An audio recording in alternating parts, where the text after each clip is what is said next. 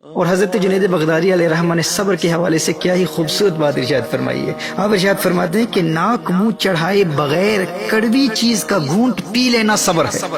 اور حضرت ذوالنون مصری رحمہ اللہ آپ ارشاد فرماتے ہیں کہ مصائب و آلام کے گھونٹ پینے پر سکون و اطمینان کا اظہار کرنا اور زندگی کے میدان میں باوجود محتاجی کے اپنے آپ کو مالدار ظاہر کرنے کا نام صبر ہے۔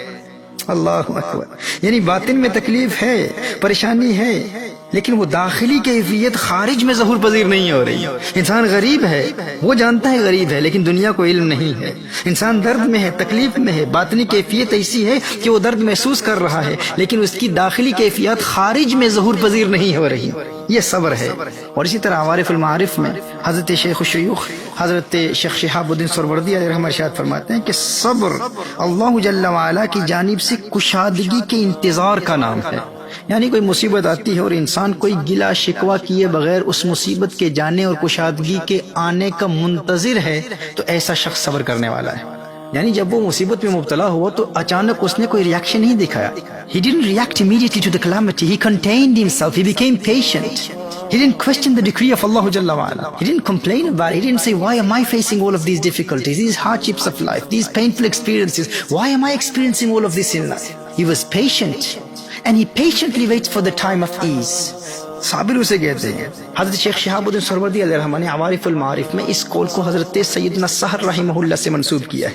یعنی وہ فرماتے ہیں کہ صبر اللہ کی جانب سے وسعت اور کشادگی کے انتظار کا نام ہے۔ مصیبت آئی، انسان نے کوئی گلہ شکوہ نہیں کیا اور صبر کے ساتھ مصیبت کے جانے کا انتظار کرتا رہا، تو ایسا شخص صابر ہے۔ اور ایک شیخ کا قول حضرت شیخ شہاب الدین سہروردی علیہ الرحمہ نے عوارف المعارف میں نقل فرمایا کہ صبر یہ ہے کہ تو صبر میں صبر کرے۔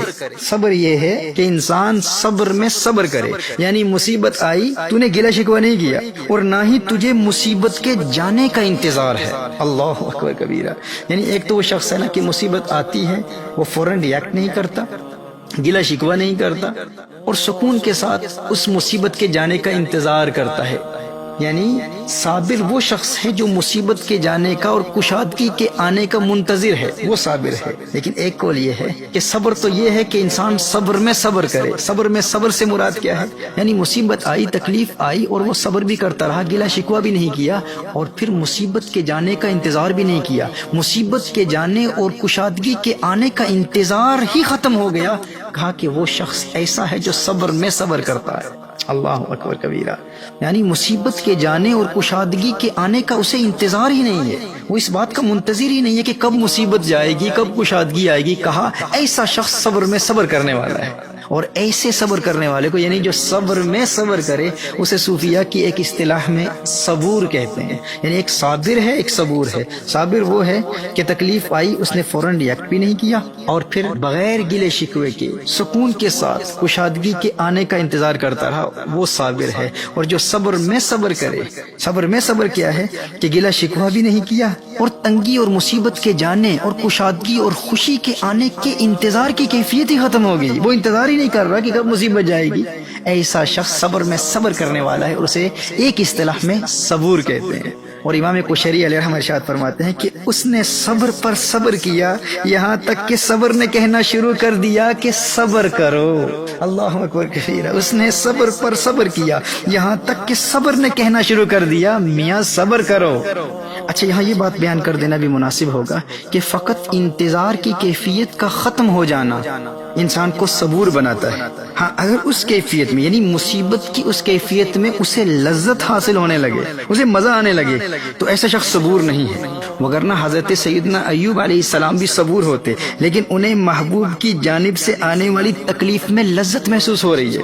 وہ اللہ کے نبی ہیں، ان کا مقام تو بہت بلند والا، بہت عرفہ والا ہے۔ یعنی صبر میں صبر کرنے والا وہ ہے کہ جس پر تکلیف آئی، تکلیف کے آنے پر اس نے گلہ شکوہ بھی نہیں کیا، شور نہیں مچایا اور مصیبتوں، تکلیف و تنگی کے جانے اور کشادگی اور وسعت اور خوشی کے آنے کے انتظار کی کیفیت بھی ختم ہو گئی، تو ایسا شخص کون ہے؟ صبور ہے۔ لیکن وہ شخص جو مصیبت کے آنے پر بھی لذت محسوس کر رہا ہے، اسے حضرت ایوب علیہ السلام کہتے ہیں، وہ اللہ کا نبی ہے۔